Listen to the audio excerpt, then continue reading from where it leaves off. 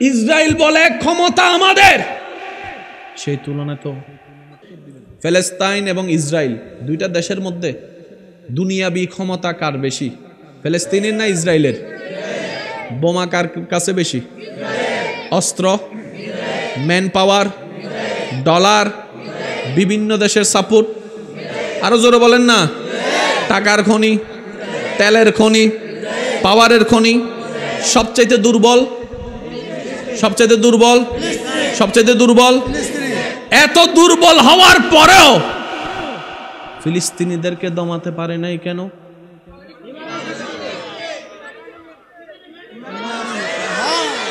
একটু আগে বলছিলাম, এখন মিল পাইছেন? এইখানে একটা কথা আমি অ্যাড করতে চাই, আমার যুবক ভাইরা শব্দগুলো নোট করবেন। ইসরায়েল দেশ ফিলিস্তিনের উপর বারবার হামলা করে। ছবিতে দেখলেই দেখবেন ভাইয়া, এরকম করলে নষ্ট হয়ে যায়। হ্যাঁ, বাস বাস। ফিলিস্তিনের যতগুলো ছবি আছে আমি সবাইকে প্রশ্ন করব, বেশিরভাগ লাশ কি দেখেন, বড় মানুষের না ছোট মানুষের? কখনো ভাবছেন বিষয়টা? যুদ্ধ করবে বড় বড় না, কিন্তু ফিলিস্তিনের যতগুলো ছবি আসে বেশিরভাগ দেখা যায়। দেখছেন? দেখলে হ্যাঁ অথবা না, এটা আপনারাই বলেন। দেখছেন? মেডিকেলে নিয়ে যাচ্ছে, মা কোলে কান্না করতেছে। এবার জিজ্ঞেস করেন কেমনে মারা গেছে? ও যুদ্ধে মারা গেছে। ছোট বাচ্চা, যুদ্ধ কেমনে? আর যারা মারছে তারা কেমন? তুই মারলে তোর মতো যে তোর সাথে ঝগড়া করতেছে, মারতেছে, তারে মার। তো ছোট বাচ্চা মাসুম, আগে নাই পিছে নাই, কোনো কিছু নাই, কোনো কথা বলতে জানে না, তাদেরকে মারতেছস কেন? ও যুবক, একটু সতর্ক হন। কাদের আদর্শ আপনি লালন করতেছেন? এটা শোনার পর যদি আপনার তাদের আদর্শ লালন করতে মন চায়, আমাদের আর কিছু বলার নাই। তবে আপনাকে একটু ভেবে দেখার জন্য আমি অনুরোধ করব। আপনার চুল যা মন চায় আপনি তা করবেন, আপনার ড্রেস বাবার টাকা দিয়ে কিনছেন, যা মন চায় তা পরেন, আমাদের কিছু বলার নাই। তবে একটা কথা মনে রাখবেন, আত্মসম্মান বলেও তো একটা কথা আছে, আত্মসম্মান বলেও তো কথা আছে। আর আমরা জানি মানব জাতি, যদি সম্মানটা শ্বশুর বাড়িতেও পাওয়া না যায়, কোনো জামাই কিন্তু শ্বশুর বাড়ির ভাত খায়। সম্মান নিয়ে কোনো কম্প্রোমাইজ নাই। কথা বলেন, কথা বলেন, কথা বলেন। আত্মসম্মান নিয়ে কোনো কম্প্রোমাইজ নাই। দরকার হলে না খাইয়া থাকবো, তারপর আত্মসম্মান বিলীন দিতে রাজি, কারণ আমরা মুসলমানের গোষ্ঠী, মুসলমানের জাতি। কথা বলেন ঠিক কিনা? এবার আসেন, ফিলিস্তিনের উপর হামলা একদিন নাকি বছরের পর বছর? যুদ্ধের জন্য লেভেলের দরকার, ম্যাচের জন্য লেভেলের দরকার, টক্করের জন্য লেভেলের দরকার। ক্লাস 10 এর ছাত্র কখনো ক্লাস 1 এর ছাত্রের সাথে ঝগড়া লাগবে, লেভেল বলেও তো একটা কথা। কিন্তু দুনিয়াবি ক্ষেত্রে ফিলিস্তিনের লেভেল নিচে, ইসরায়েল লেভেল উপরে। কখনো ভাবছেন? তারপরও কেন ইসরায়েল ফিলিস্তিনের পিছনে লেগে থাকছে? ভাবেন। এবার আসেন, যুদ্ধ কয় বছর? 30-40, ধরলাম 30-এর উপরে। এখনো পর্যন্ত ফিলিস্তিনিদেরকে দমাইতে। যুবক, এই কথাটা আশা করি মনের মধ্যে বসায় ফেলবেন, মাহফিলটা সার্থক হয়ে যাবে। আমরাও যেন হতে পারি ওনাদের মতো ঈমানি জজবা নিয়ে যেন চলতে পারি। আল্লাহ সবাইকে তৌফিক দান করুক। আরো জোরে বলেন। ইসরায়েল মিটিং করে বসে, সবাইকে ডেকে জিজ্ঞেস করে, ওরে আর্মি অফিসার, পুলিশ অফিসার, বোমা অফিসার, এই অফিসার, সেই অফিসার, ড্রোন কাদের বেশি? বলে যে আমাদের। বোমা কাদের বেশি? বলে ইসরায়েল। বলে আমাদের। অস্ত্র কাদের বেশি? আমাদের। শক্তি কাদের বেশি? বলে যে আমাদের। তারপর বিভিন্ন ধরনের হামলা করার ক্ষমতা কাদের বেশি? আমাদের। ম্যান পাওয়ার কাদের বেশি? আমাদের। মানুষ কারা বেশি মারা গেছে? বলে যে তাদের। দুর্বল কারা? তারা। অস্ত্র নাই কাদের? তাদের। বোমা নাই কাদের? তাদের। তারপরে প্রেসিডেন্ট বলে, এত কিছু আমাদের থাকার পরেও হারাতে পারলাম না কেন? হারাতে পারলাম না কেন? গবেষণায় যখন বসে যায় তখন প্রথম উত্তর আসে, আরে ফিলিস্তিনের কাছে অস্ত্র নাই যথাযথ, বোমা নাই যথাযথ, এরকম হামলাকারী নাই যথাযথ, কিন্তু ফিলিস্তিনের কাছে অস্ত্র ছাড়াও ছোট বাচ্চা রাস্তায় নেমে গিয়ে অস্ত্রের মুখের সামনে দাঁড়ায় আছে। যেই শক্তি, এটাই হচ্ছে মুসলমানদের ঈমানি শক্তি। ডান হাত তুলে বলেন ঠিক কিনা? এটা ঈমানি শক্তি। জোরে বলেন, এটা কি শক্তি? এই কথা মনে থাকবে? তাহলে আমাদের এটা ওইখান থেকে কপি করে এখানে পেস্ট করতে হবে। তাহলে আমরাও মোটামুটি কিছুটা হইলেও শয়তানের লগে যুদ্ধ করতে। দ্বিতীয় নাম্বার, কম বেশি ফিলিস্তিনের জায়গা তারা খাইছে কি খাই নাই? বলেন না রে ভাই। প্রায় খাওয়া, বলেন না, প্রায় খাওয়া। এখনো কিন্তু সে ছাড় দিচ্ছে না। ইসরায়েল তোর আসলে দরকার কি? কস না, জায়গা এটা নিবি,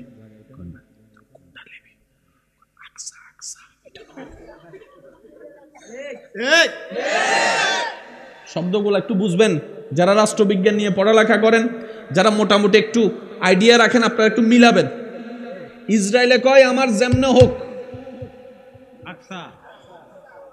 এটা আমার লাগবে। কেন? এটার আছে কি? কয় যত নবী রসুল বনি ইসরায়েলের, সব নবী রসুলের সাথে আকসার সম্পর্ক আছে। এই আকসার সাথে সব নবী রসুলের সম্পর্ক আছে। আর আমরা হইলাম মুসা গ্রুপ, আমরা হইলাম ঈসা গ্রুপ, আমরা হইলাম দাউদ গ্রুপ। তো আমগো নবীর সম্পর্ক যেটা, এটা আমগো। মুসলমানে কয় হইছে, কাহিনী কয় বাদ দে। আমাদের নবী যতক্ষণ আসে নাই ততক্ষণ তোমাদেরটা ছিল। খাতামুন নবী যখন চলে এসেছেন এখন আমাদেরটা।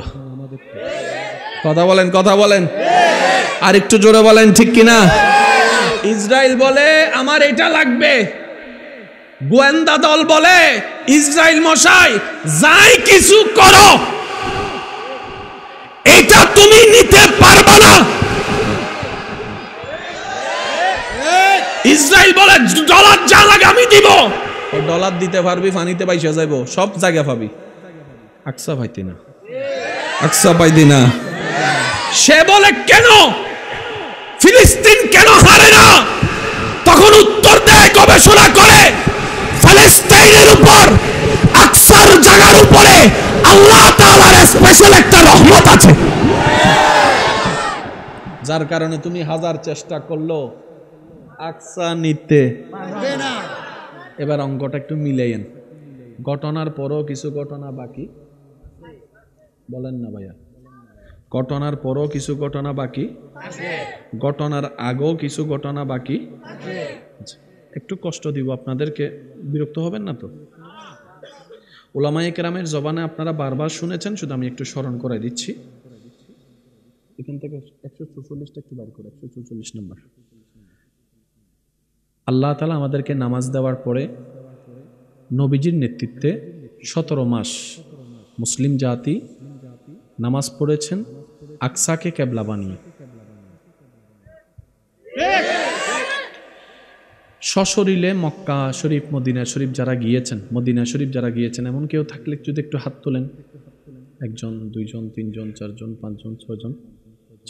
আজকে যারা তুলতে পারেননি, আল্লাহ তাদেরকেও এমন প্রশ্নের উত্তরে জীবনে একবার হাত তোলার তৌফিক দান করুন। নিজের স্বচক্ষে আল্লাহর ঘর দেখার তৌফিক দান করুন।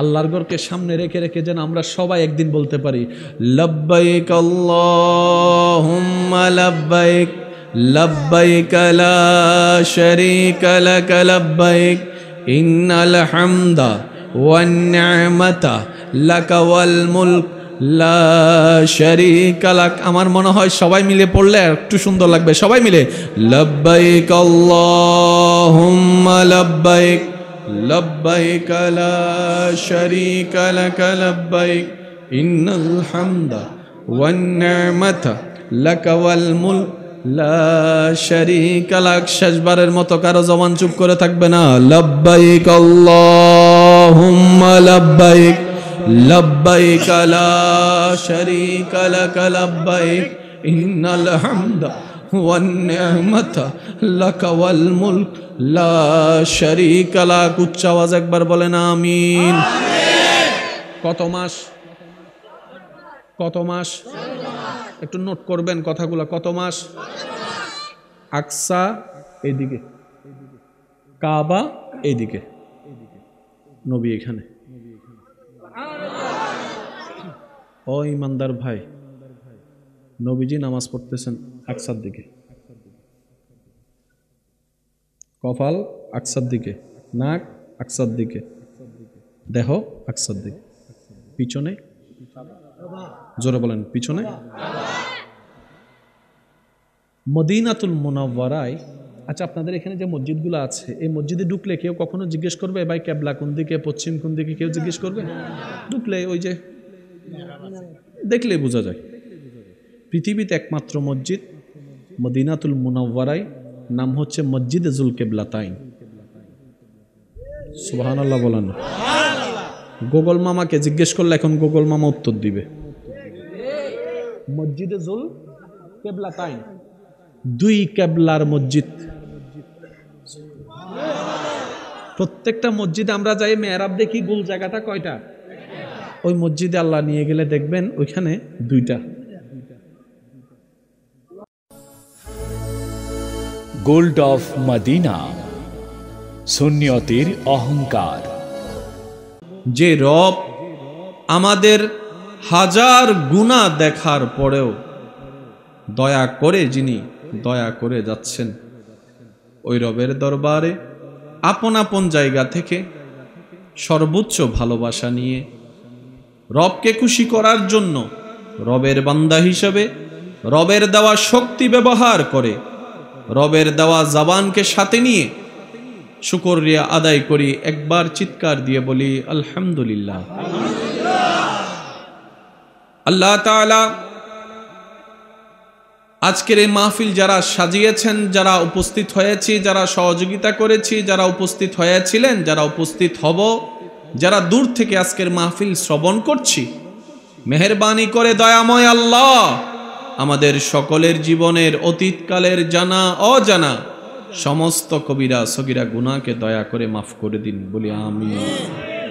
আল্লাহ তাআলা মেহেরবানি করে আমাদের মা বাবার গুনাহকে মাফ করে দিন। আমাদের যত আত্মীয় স্বজন এবং এই এলাকায় যত কবরবাসী এই মুহূর্তে কবরের কঠিন আযাবে কষ্ট পাচ্ছে, সকল বান্দার দোয়ার উসিলায় আল্লাহ তাআলা প্রত্যেকটি কবরবাসীকে আযাব থেকে মুক্তি দান করুন। সম্মানিত উপস্থিতি, সবার কাছে বিনয়ের সাথে শ্রদ্ধার সাথে নিবেদন রাখব, যেইটুকু সময় আল্লাহ তাআলা আমি অধমকে বলার তৌফিক দান করবেন, এই সময়টুকু সবাই মনের কান দিয়ে শোনার চেষ্টা করবেন। বলি সবাই ইনশাআল্লাহ।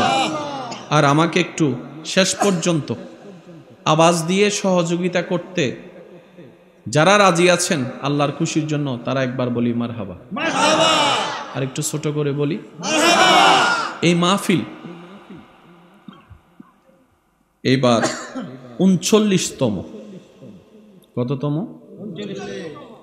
বলতে যত সহজ, এই 39-এর পিছনে ইতিহাস তার চাইতো বড় ভয়ানক এবং লম্বা। কথা বলতে হবে, ঠিক কিনা? কারণ 1 থেকে 39-এ আসা মাঝখানে যে কত কিছু হয়েছে, এই শুরু থেকে আজ পর্যন্ত এই মাহফিলের সাথে শারীরিক, মানসিক, আর্থিক সংশ্লিষ্ট থাকা যারা এই মুহূর্তে কবরের বাসিন্দা হয়েছেন, কবরে আছেন, আল্লাহ সবার কবরে আযাব মাফ করে দিন। এই মাহফিলের যত শ্রোতা এই 1 থেকে 38তম পর্যন্ত ছিল কবরের বাসিন্দা হয়ে এখন আছেন, আল্লাহ তাদের কবর আযাবকেও মাফ করে দিন। এই মাহফিলকে 39তম আসতে যারা যেখান থেকে যেভাবে সহযোগিতা করেছেন, আল্লাহ প্রত্যেকটি বান্দার সহযোগিতাকে কাল হাসরের নাজাতের জরিয়া হিসাবে কবুল আর মঞ্জুর করুক, বলি আমিন। সম্মানিত উপস্থিতি, যারা এখানে উপস্থিত আছেন, বসে আছেন, দাঁড়িয়ে আছেন, আপনাদের কাছে আমি একটু জিনিস প্রথমে জানতে চাই। আপনাদের কিছুক্ষণ সময় কি দিতে পারবেন ইনশাআল্লাহ? পিছনের ভাইয়েরা আপনারা পারবেন ইনশাআল্লাহ? কমিটিকে দেখানোর জন্য, নাকি সময় পাস করার জন্য, নাকি আল্লাহকে খুশি করার জন্য? আওয়াজটা একটু বড় করে বলেন। কারণ রব যখন খুশি হয়ে যায় তখন সৃষ্টির আর দরকার পড়ে না। জোরে জোরে জোরে জোরে বলেন। আজকের আলোচনায় আমি ওলামায়ে কেরাম যারা আছেন, আমার বাবা দাদা নানার বয়সী যারা আছেন, ওনাদের দোয়াকে মাথার উপর ছাদ বানিয়ে আমার ঈমানি যুবক ভাইদের আওয়াজকে শক্তি বানিয়ে সামনে এগোনোর চেষ্টা করব। ওয়ামা তৌফিকি ইল্লা বিল্লাহ। এখানে যারা আছেন, আলোচনা শুরু করার আগে আমি একটা জিনিস প্রশ্ন করব, আপনারা উত্তর দিবেন। ইজ্জত চান নাকি বেইজ্জত? একটু বুঝে বুঝে উত্তর দেন। ইজ্জত না বেইজ্জত? অশান্তি না শান্তি? কয়টা জিনিস পেলাম? একজন মানুষের জীবনের সবচাইতে দামি সম্পদের নাম হচ্ছে ইজ্জত। কি বলেন আপনারা? আপনারা একটু আওয়াজ দেন, আওয়াজ দেন। একজন মানুষের জীবনের সবচাইতে দামি জিনিসের নাম ইজ্জত।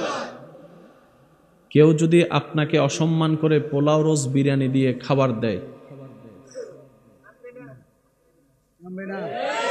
আর কেউ যদি ভালোবেসে শাক দিয়ে ভাত দিয়ে এতটুক বলে, ভাই চেষ্টা করেছিলাম মেহমানদারি করার জন্য, কিন্তু আমি পারি নাই যথাযথ মেহমানদারি করতে, এই শাকটুকু দিয়েছি তোমার জন্য, তার মানে মানুষ আসলে পোলাও রোস্টে খুশি হয় না। আমি বলবো না, আপনারা বলেন। আসলে সত্যিকার মানুষ গাড়ি বাড়িতে খুশি হয় না। মানুষ খুশি হয় সুন্দর ব্যবহারে, মানুষ খুশি হয় সম্মান পাওয়াতে, মানুষ খুশি হয় একটু মায়া একটু ভালোবাসা পেলে কঠিন হৃদয়ের অন্তরওয়ালা মোমের মতো গলে যায়, ভালোবাসা উদার করে দিতে ব্যস্ত হয়ে যায়। কথা বলেন ঠিক কিনা? সবচাইতে দামি জিনিস, সবচাইতে চাওয়ার জিনিস, সবচাইতে পাওয়ার জিনিসের নাম সম্মান। এবার আপনি যে ধর্মের মানুষকে বলেন সবাই বলবে এই কথা, সম্মান সম্মান সম্মান সম্মান। ঠিক? এই সম্মানের চাইতেও বেশি ইম্পর্টেন্ট মানুষের কাছে, সেটার নাম হচ্ছে জান। কি? অনেকে জান বাঁচানোর জন্য সম্মানও দিয়ে দিচ্ছে, তো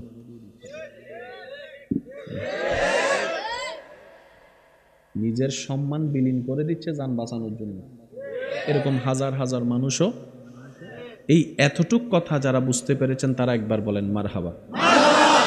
কিন্তু মনে রাখবেন, পৃথিবীতে একটা মাত্র জাতি, একটা মাত্র গ্রুপ, একটা মাত্র জাতি, যে জাতির কাছে সম্মান অনেক ইম্পর্টেন্ট, সম্মানের চাইতে জানও অনেক ইম্পর্টেন্ট ধরে নেওয়া যায়।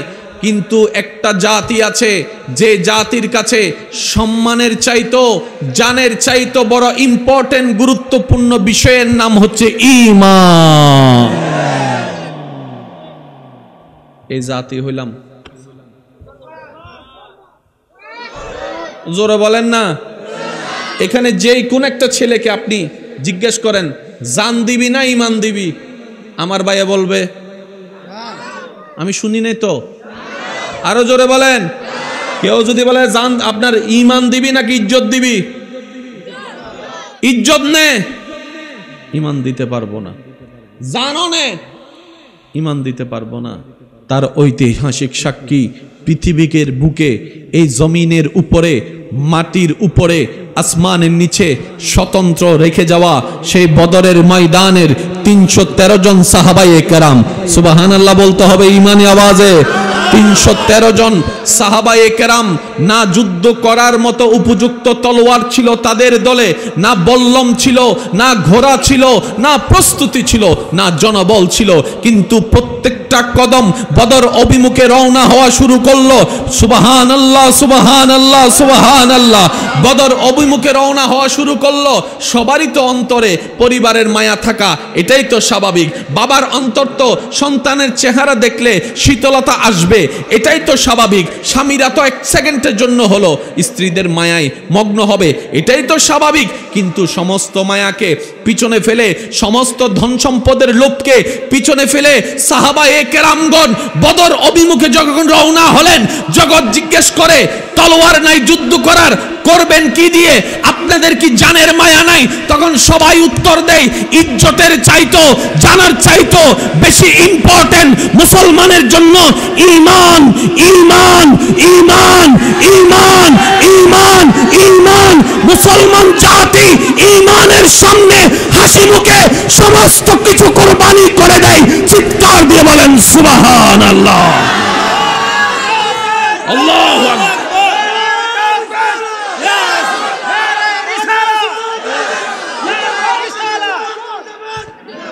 ও নবীর সৈনিকেরা ডান হাত তুলে বলেন ঠিক কিনা, আরো জোরে বলেন ঠিক কিনা। এইখানে একটা কথা আমি অ্যাড করতে চাই, আমার যুবক ভাইরা শব্দগুলো নোট করবেন। ইসরায়েল দেশ ফিলিস্তিনের উপর বারবার হামলা করে, ছবিতে দেখলেই দেখবেন ভাইয়া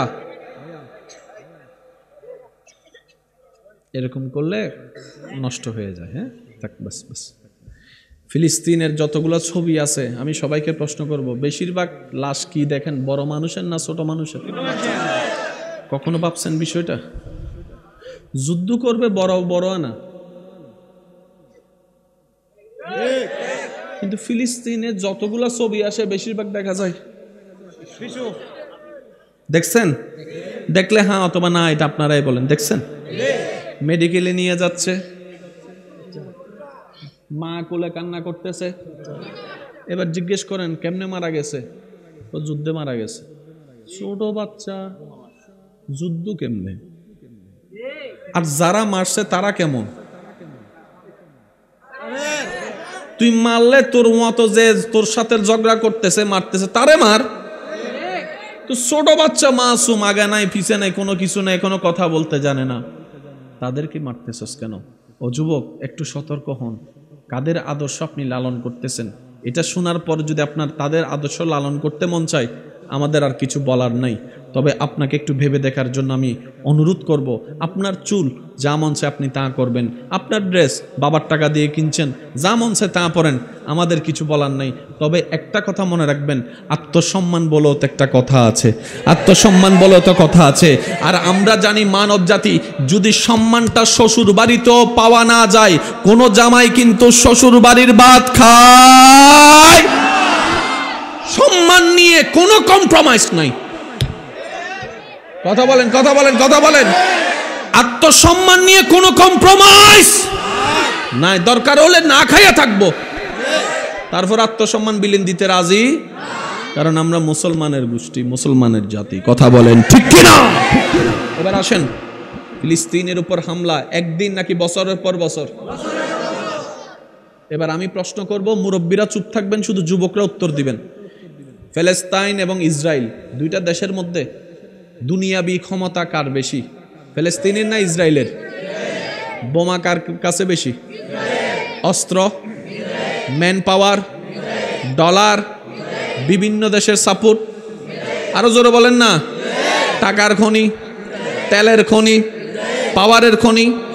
সবচাইতে দুর্বল, সবচাইতে দুর্বল, সবচাইতে দুর্বল। এত দুর্বল হওয়ার পরেও ফিলিস্তিনিদেরকে দমাতে পারে নাই কেন?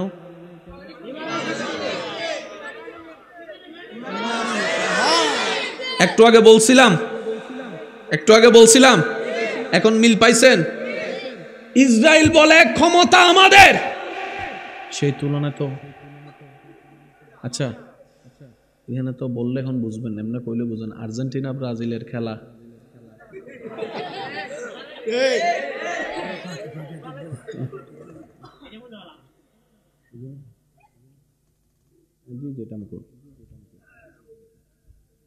যদি এই টিভির সামনে দর্শকের কোনো অভাব, আচ্ছা যদি আর্জেন্টিনার লগে নেপালের খেলা পড়ে, কেউ যাইব? বলেন না, কেউ যাইব? রাতে 3টা বাজে কেউ আর উঠবে?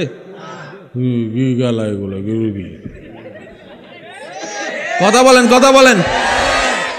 আমেরিকা জীবনে কোনোদিন নেপালের কইব আয় আমার লগে আয়? নেপালে যদি আমেরিকারে কয় চাই দেখি আমার লগে যুদ্ধ লাগো, আমেরিকা কিতা কইব?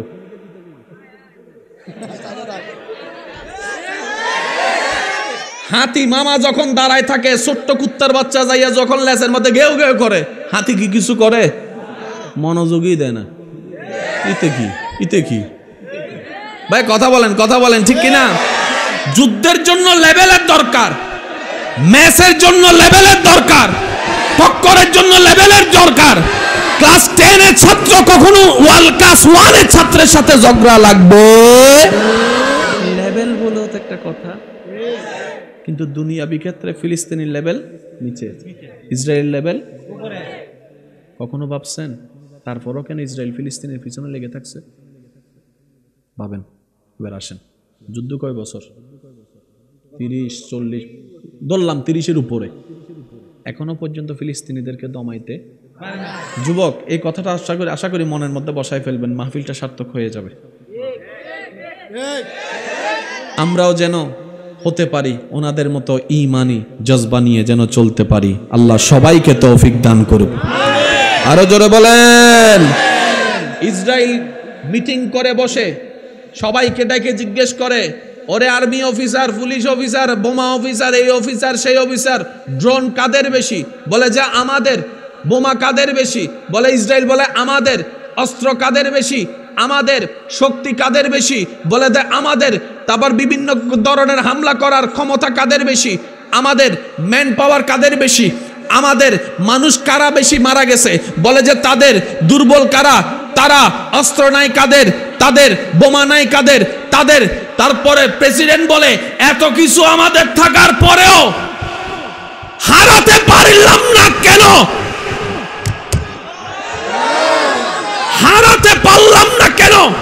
গবেষণায় যখন বসে যায় তখন প্রথম উত্তর আসে, আরে ফিলিস্তিনের কাছে অস্ত্র নাই যথাযথ, বোমা নাই যথাযথ, এরকম হামলাকারী নাই যথাযথ, কিন্তু ফিলিস্তিনের কাছে অস্ত্র ছাড়াও ছোট বাচ্চা রাস্তায় নেমে গিয়ে অস্ত্রের মুখের সামনে দাঁড়ায় আছে।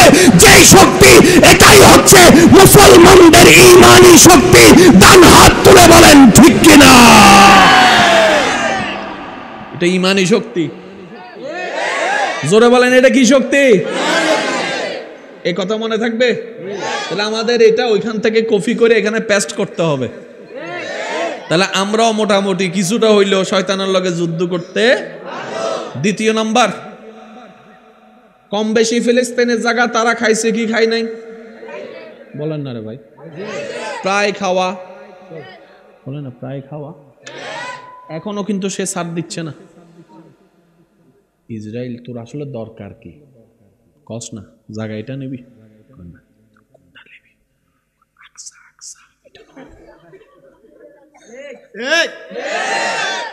শব্দগুলো একটু বুঝবেন।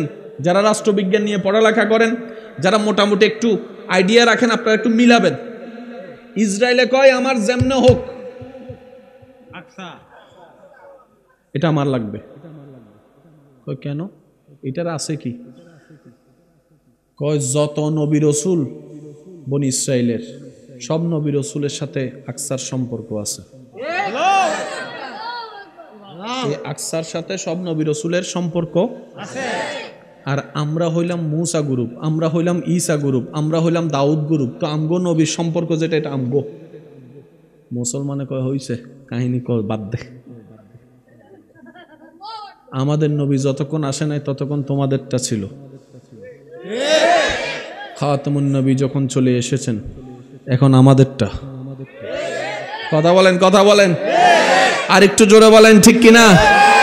ইসরায়েল বলে আমার এটা লাগবে, গোয়েন্দা দল বলে ইসরায়েল মশাই যাই কিছু করো এটা তুমি নিতে পারবে না। ইসরায়েল বলে ডলার যা লাগে আমি দিব। ডলার দিতে পারবি, পানিতে পাইসা যাইব, সব জায়গা পাবি, আকসা পাইতি না, আকসা পাইতি না। সে বলে কেন ফিলিস্তিন কেন হারে না? তখন উত্তর দেয় গবেষণা করে, ফিলিস্তিনের উপর আকসার জায়গার উপরে আল্লাহ তাআলার স্পেশাল একটা রহমত আছে, যার কারণে তুমি হাজার চেষ্টা করলো আকসা নিতে এবার অঙ্কটা একটু মিলাইয়েন। ঘটনার পরও কিছু ঘটনা বাকি, বলেন না ভাইয়া? ঘটনার পরও কিছু ঘটনা বাকি, ঘটনার আগেও কিছু ঘটনা বাকি। একটু কষ্ট দিব আপনাদেরকে, বিরক্ত হবেন না তো? উলামায়ে কেরামের জবানে আপনারা বারবার শুনেছেন, শুধু আমি একটু স্মরণ করে দিচ্ছি। এখান থেকে 144টা একটু বার করে, 144 নম্বর। আল্লাহ তাআলা আমাদেরকে নামাজ দেওয়ার পরে নবীজির নেতৃত্বে 17 মাস মুসলিম জাতি নামাজ পড়েছেন আকসাকে কেবলা বানিয়ে। সশরীরে মক্কা শরীফ, মদিনা শরীফ যারা গিয়েছেন, মদিনা শরীফ যারা গিয়েছেন, এমন কেউ থাকলে যদি একটু হাত তোলেন। 1 জন, 2 জন, 3 জন, 4 জন, 5 জন, 6 জন। আজকে যারা তুলতে পারেননি, আল্লাহ তাদেরকেও এমন প্রশ্নের উত্তরে জীবনে একবার হাত তোলার তৌফিক দান করুন। নিজের স্বচক্ষে আল্লাহর ঘর দেখার তৌফিক দান করুন।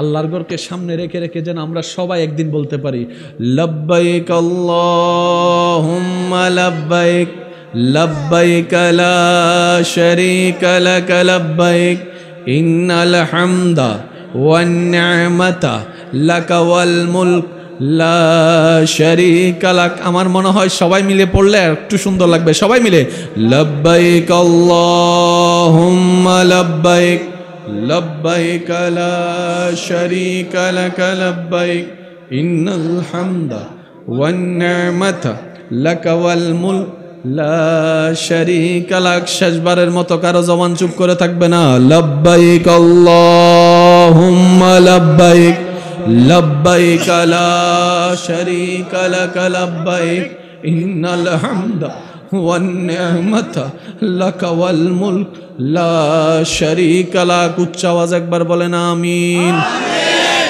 কত মাস? কত মাস? একটু নোট করবেন কথাগুলো। কত মাস?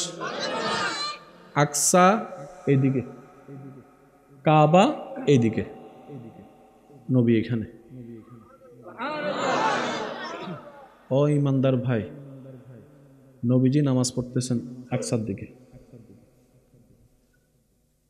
কপাল আকসার দিকে, নাক আকসার দিকে, দেহ আকসার দিকে, পিছনে জোরে বলেন পিছনে। মদিনাতুল মুনাওয়ারায়, আচ্ছা আপনাদের এখানে যে মসজিদগুলো আছে, এই মসজিদে ঢুকলে কেউ কখনো জিজ্ঞেস করবে ভাই কেবলা কোন দিকে, পশ্চিম কোন দিকে? কেউ জিজ্ঞেস করবে? ঢুকলে ওই যে দেখলে বোঝা যায়। পৃথিবীতে একমাত্র মসজিদ মদিনাতুল মুনাওয়ারায়, নাম হচ্ছে মসজিদে জুল কেবলাতাইন। সুবহানাল্লাহ বলেন।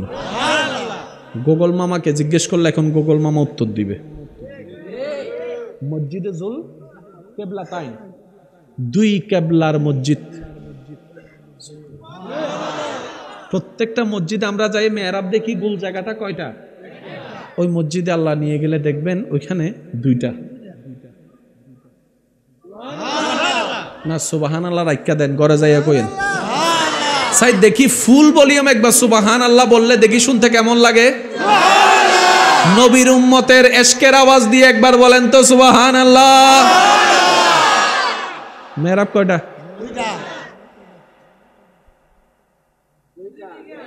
এই সেই ঐতিহাসিক মসজিদ, যে মসজিদে নামাজরত অবস্থায় আল্লাহ তাআলা আমাদের উপর দয়া করে কেবলা পাল্টাই দিয়েছেন। সূরা বাকারার 144 নম্বর আয়াত। এই আয়াতটা বলার আগে আমি একটু কথা ক্লিয়ার করি। মুসা নবীর উম্মত থাকলে একটু হাত তুলেন।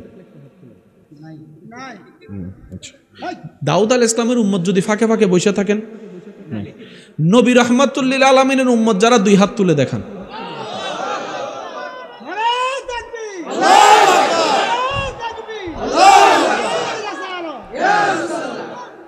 এবার হাতটা নামান। তো যেহেতু আমাদের নবীর কথা আসবে, ভাইয়া ভাইয়া ভাইয়া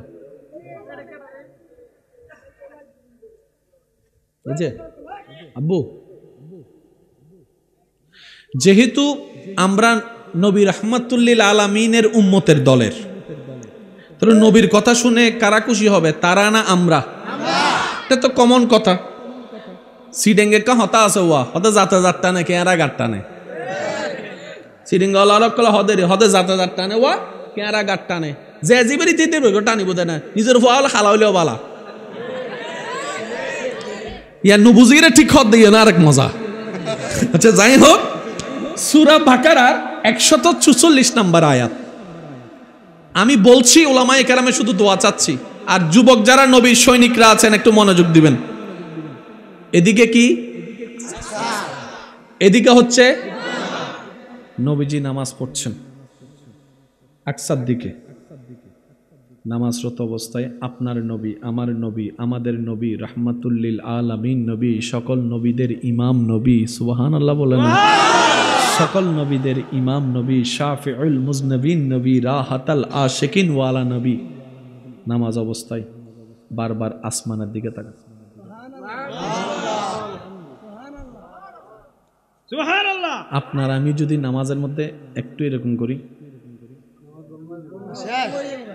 বলেন না, আমার দাদা যদি একটু এরকম করে, এমপি সাহেব যদি একটু এরকম করে, আর আমাদের নবী নামাজে